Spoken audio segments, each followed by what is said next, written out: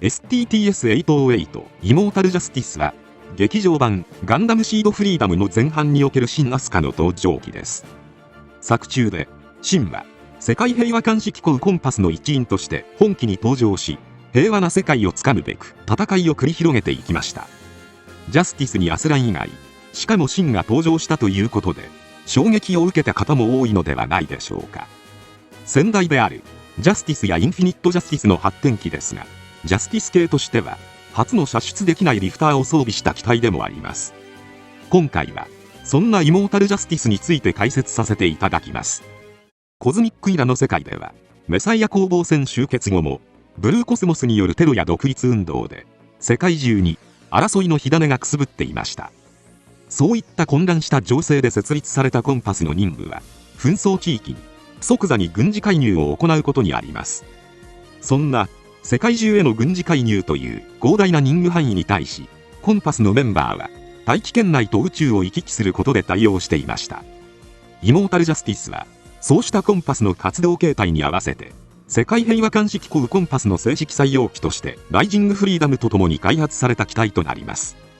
監督の話によると、ライジングフリーダムとイモータルジャスティスはワンオフ機ではなくコンパスの正式採用機であり、フレームの共通化が図られているので、運用方法によって武装などを変えることができるという汎用性が高い機体とされています。このことから、もしコンパスが崩壊せずに存続していたら、ライジングフリーダムとイモータルジャスティスは量産されていた可能性があり、任務に応じてオプションパーツを変えていたと思われます。このあたりの派生機体は今後シードのモビルスーツバリエーションのIF機体として出てくることになりそうです。さらに本機はフレームのみならずコックピットや OS もライジングフリーダムと共通のものとなっています。コックピットは全天周モニターなので全方位が見渡せます。 OS は連合製のストライクと同じ General Unilateral Neural Link Dispersive Autonomic Maneuver Complex になっていて、キラにとっては馴染み深い OS ですが、ザフト製のインパルスやデスティニーに乗ってきたシンにとっては新たな OS です。ただ OS の違いで操縦系にどこまで差が出るのかはあまり気にしなくていいのかもしれません。このように共通化された箇所の多い2機ですが、そもそも設定段階では武装が違うだけで同じ機体という構想だったことが明かされています。もともとこの2機は世界情勢に適したモビルスーツとして頭や肩のパーツ以外はデザインを統一する予定だったとのこと。しかしデザイナーの大河原邦義から送られたデザインは監督の想定とは全く異なっていながらもかっこいいデザインで、メカもキャラクターとして個性が必要と考えたことから現在のデザインに落ち着いたと語られています。このようにライジングフリーダムとイモータルジャスティスは共通点が多い構成になっていますが、この理由についてコズミックイラ75年の世界情勢から見てみると、劇場版の世界は2度も大きな戦争を行った結果、人口的にも経済的にもかなり疲弊していて、復興や発展にお金を回すために軍事費は圧縮される傾向にあることが明かされています。そうした世界情勢からローコストで生産・展開できるモビルスーツが求められたという背景があるとわかります。ただ実際は各国家間で正式に認められた組織であるコンパスが共通仕様の機体を作っている状況の割に、オーブは2度も国を焼かれながらもストライクフリーダムやデスティニーを回収し、おまけにゼウスシルエットまで用意しているので、やはりオーブこそ一番危険な国ということがわかります。こうして開発されたイモータルジャスティスの特徴としては、まずモビルアーマー形態への変形機構を備えています。いわゆる寝そべり型の変形という簡素な機構で、横向きになった機体に背部のカバーがかぶさり、足先を畳み、胸部にシールドとビームライフルをレーザーセンサーによって移動させて固定させるという機構ですが、モビルアーマー形態では短期での大気圏突入とローエングリンの補助が必要ながら、単独での大気圏離脱が可能となっています。ちなみに下部に取り付けるシールドがなくても大気圏突入できるという設定も存在します。かつてフリーダムは変形せずシールドを前に構えるだけで大気圏突入していたので、イモータルジャスティスも最悪の場合変形すらしなくても大気圏突入できそうです。そんな本機はインフィニットジャスティスの運用データを元に設計されている機体であり、そもそもインフィニットジャスティスがもともとアスラン用に設計された機体だったので、そのことを踏まえるとイモータルジャスティスはアスランの戦い方が反映された近接戦闘特化機ということがわかります。武装としては、まず頭部左右に2門ずつ搭載された 20mm 近接防御連装機関砲バンダーファルケ。インフィニットジャスティスと同じような構成となっています。胸部を見ると、インフィニットジャスティスには4門の CIWS がありましたが、イモータルジャスティスは CIWS ではなくセンサーになりました。また、ライジングフリーダムと同型の高エネルギービームライフルとフラッシュエッジ4シールドブーメランを持ちます。シールドブーメランに関しては、ライジングフリーダムのものはフラッシュエッジ G3 であり、完全な同型ではありません。ライジングフリーダムのものは、シールド正面からのビームだけではなく、両側面からもビーム刃が出ていましたが、イモータルジャスティスのものは、正面からのビーム刃のみとなっています。射出して遠隔兵器として使用するのに加えて、敵機を切り裂くようにも使用していました。また、ブーメランという名の通り、射出して使用可能な武装ですが、イモータルジャスティスは、ライジングフリーダムと異なり、ビームシールドを持たないので、射出すると時期を守ることができなくなってしまうという欠点もあります。しかし、劇中では、シールドを地面に突き刺して民間人を守っているシーンも見られました。これは、本機の武装構成から考えると、唯一の防御兵装を手放す危険な行為でしかありません。しかし、イモータルジャスティスすなわち不滅の正義という名の通り、真の人々を守りたいという正義感の強い心を表しているシーンとも解釈できるのではないでしょうか。次に、近接兵装としては、両腰にビーセルナーゲル、ビームブーメランを装備しています。ブーメランだけではなく、ビームサーベルの役割も兼ねた武装として運用されていました。脚部には、インフィニットジャスティスと同様に、膝から足先へ展開するビームブレード、カルキトラ、ビーム銃残脚が装備されています。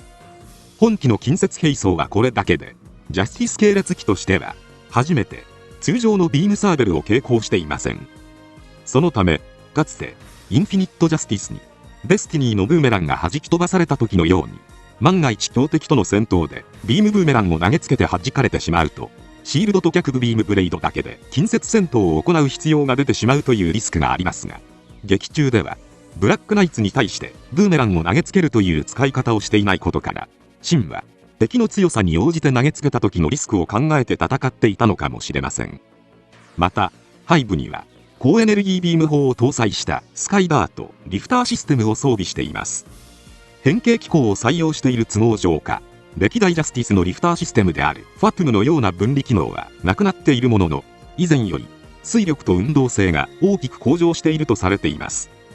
そのため、ファトゥムを分離しての攻撃が可能な代わりに、ファトゥム分離中は機動力が低下していた歴代ジャスティスに比べて安定性が向上したとも言えます。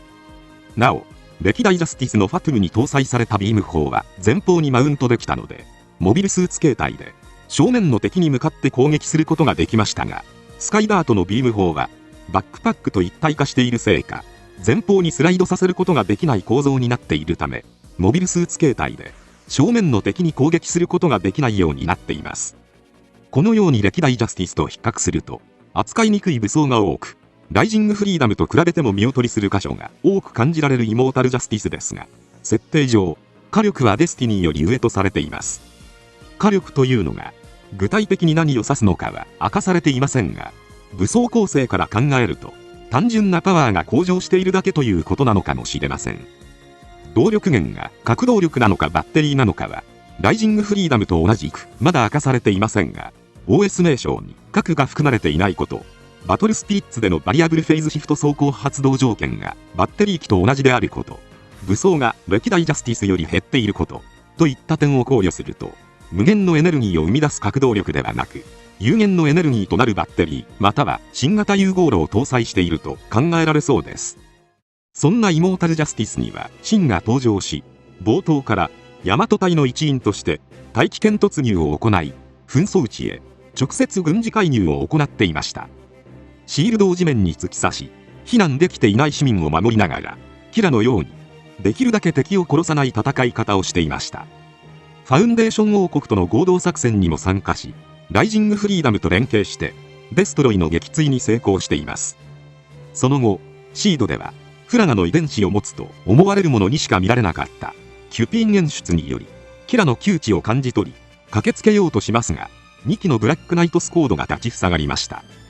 リフターを損傷しながらも、2対1の状況で何とかしのぎ続けていましたが、アークエンジェルが撃墜されるのに気を取られた隙に、ルドラ2胴体を両断されて戦闘不能になります。アークエンジェルに気を取られた隙に切られる展開は、かつて、シンがフリーダムを撃墜した際、キラがアークエンジェルに一瞬気を取られた隙にインパルスにやられたシーンを想起される方も多いのではないでしょうか。その後、脱出したシンもルドラに捕まえられそうになりますが、寸前のところでヒルダが救出。そして、ヒルダが残骸になったジャスティスを爆発させて目くらましにして離脱に成功しました。こうしてブラックナイトに撃墜されたイモータルジャスティスですが、小説版では、シンが後継機とはいえアスランが乗っていた機体ということに釈然としないと感じていたことが明かされています。また、シンの声優の鈴村氏は、シンがジャスティスを託されたことについて、尊敬するキラから託されて嬉しかったけど、アスランが登場していた機体であることに後から気づき、じわじわ来てると思うと語っていました。また、ゲームアーセナルベースの機体解説によると、ジャスティスの戦いを見ていた軍事評論家から、功を焦るような戦い方をしていたと評されています。キラに認められようとしてシンが焦っている様子が戦闘に現れていて、このような意見が出たのかもしれません。しかし、それでもキラに認められた人間に託される機体としての意味合いは大きく、劇中ではキラを狙っていたアグネスがシンに私に譲りなさいと迫っていました。なお、特典小説月光のワルキューレでは、コンパスへフリーダムとジャスティスを届ける任務は、アグネスとアグネスの恋人だったレオナードが担当したことが明かされています。レオナードがどうしても一度フリーダムに乗ってみたいと要望したため、アグネスが親のコネで根回ししたようです。そのため、運搬の際、レオナードがフリーダムに登場、アグネスがジャスティスに登場していたと考えられるので、この時からアグネスはジャスティスを気に入っていたのかもしれません。アグネスも近接格闘戦を得意としていたため、ジャスティスとの相性も悪くなかったと思われます。余談ですが、シンはデスティニーに登場した後、この前はジャスティスだから負けたんだと言い、火力ではイモータルジャスティスに劣るはずのデスティニーでブラックナイツを圧倒しました。そのため、イモータルジャスティスは一見高性能に見えない印象を受けますが、イモータルジャスティスの特徴や武装構成から考えて、専用機として開発されたデスティニーの方がシンにとって扱いやすいのは明白です。しかし、シンが登場する機体なのになぜインパルスやデスティニーの後継機が与えられなかったのかと考えると、この2機は前大戦で戦犯とされたデュランダル議長が推進していたセカンドシリーズモビルスーツやデスティニープランに関連する機体です。そのため、国家間で正式に設立されたコンパスではインパルスやデスティニーを使用することができないと思われます。